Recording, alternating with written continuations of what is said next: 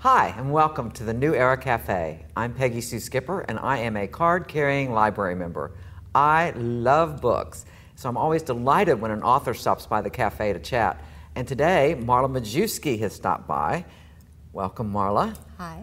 And your book is called The Girl I Used to Know? Yes. Awesome. I love the name because it conjures up all kinds of ideas about what it's about. But what is this book about? This book is about how to put personal priority back on your to-do list. Oh, that's important. Yeah, it's written for women in their 30s and 40s that have just kind of lost their identity in the midst of raising children and being married and caring for ailing parents. And it's been written to help women find themselves again and put their personal goals and dreams back on their list. Sort of retapping into their inner child type of thing. Yeah, it's I getting love that concept. Getting back to either the person they used to be as a small child when they thought anything was possible, or when they were at the top of their game, when they thought, you know, they were at their biggest level of confidence, that they had their biggest level of ambition, and try to just rekindle that spark.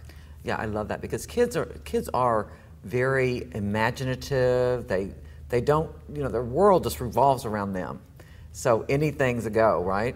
Exactly. So that's really about tapping back into that energy. Exactly. And why did you write this book? Was this from personal need? Did you need to tap back into that girl you used to know? Partly, yeah, definitely. Yeah. I have 3 children, and I just found that with each child, I was losing myself. And it became all about the roles that I played and not really the person that I truly was. And so I started research on what motivates women, what keeps them inspired.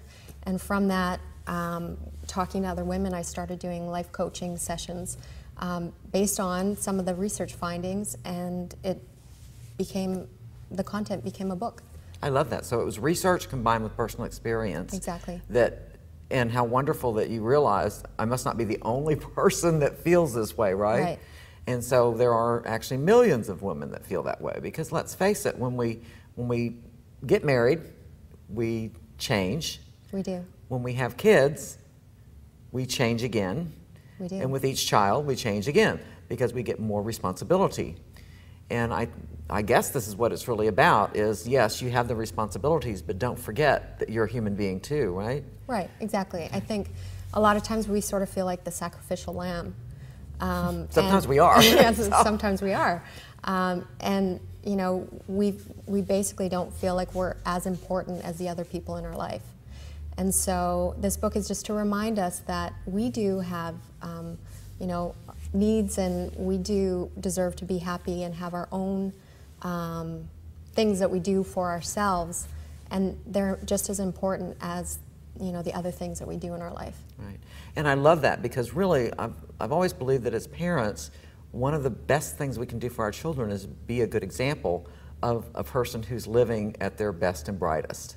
Exactly. I mean, there's nothing better that we can give our children, right? Right. Being a role model that says it's okay to be a mom and a wife and a daughter, and also have things that are personal and they're just as equal.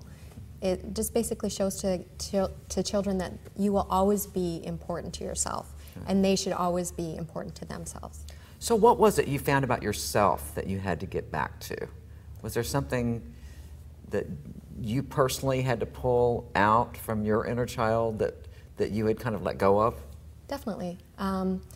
When I think of as a child, I remember being completely creative and always optimistic, always motivated. And along the way, because your life's not perfect, you lose that a little bit. And then in college, and when, you know, I was in my early 20s, I really felt truly ambitious and like I had total clarity of what I wanted my life to be like.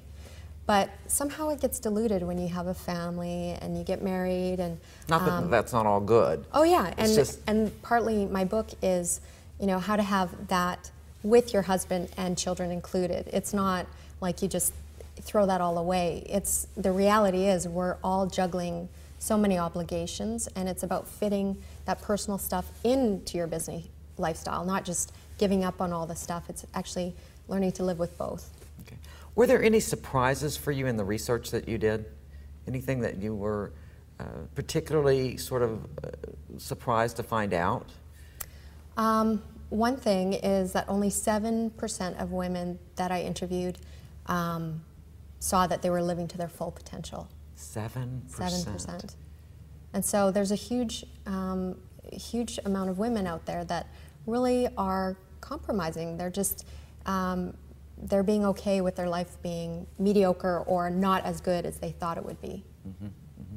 And in some ways, I guess we do have to turn loose of some dreams to build others. Right. But I think that, I love this concept, Marla, because I think there is in the core of all of us something that is precious that we must cling to no matter what. Right. And I think that's what we're talking about here, right? Exactly. Okay. And so you also are the founder of a company, right? Yes. Called Inspire Empire, and I love that name. And what is that? It's basically an organization that brings a community of thriving women together, and it builds Inspire Circles, which are support groups for women that are all trying to put personal priority back on their to-do list. It's also life coaching services and workshops, and just basically giving women the tools to try to put some of their own essence of themselves back in their life. Mm-hmm.